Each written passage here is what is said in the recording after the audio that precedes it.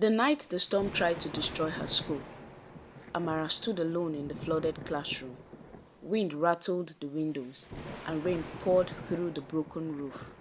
The tables she bought with her last savings were soaked. Anyone else would have given up, but Amara lifted her face and said quietly, "No, this pattern stops tonight. This pattern ends with me." She prayed with a boldness that surprised even her. Fear knocked at her heart, but she refused to open the door. And strangely, from that night, things began to change. Years before now, everyone knew the Eze family. 7 children, boys and girls, all extremely intelligent, always first in class, always winning awards, yet none of them succeeded in life. Jobs vanished without warning. Businesses failed just when they were about to grow. Opportunities slipped away at the last moment. People whispered whenever their name was mentioned. That family carries something. That family carries a curse. Amara grew up watching her older siblings work hard but end in disappointment.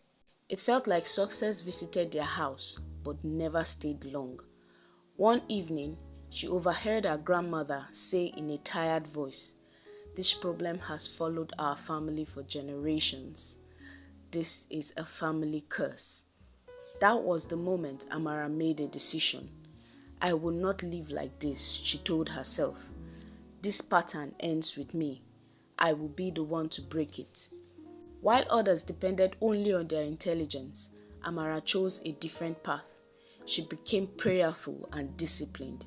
She refused shortcuts. She refused negative habits she saw in her father's house. The silent belief that nothing good ever lasted. When life became difficult, she stood firm.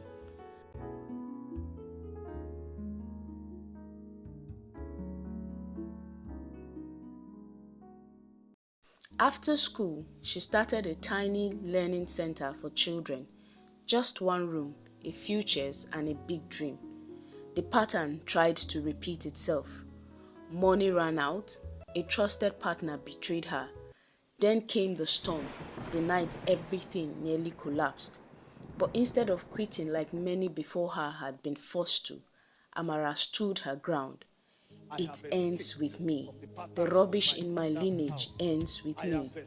It was as if the heavens was waiting for one man to stand up. The God of heaven answered her prayer. God stood in the gap for her. And today, that small learning center has grown into one of the best schools around. Parents line up to register their children.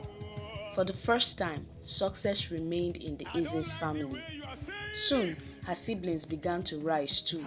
Stable jobs, growing businesses, open doors. One afternoon, her eldest brother said to her, "It feels like you lifted a heavy load from this family." Amara smiled gently. Someone just had to refuse the old story. Someone just had to stand in the gap. And so, the family once known for failure became known for strength.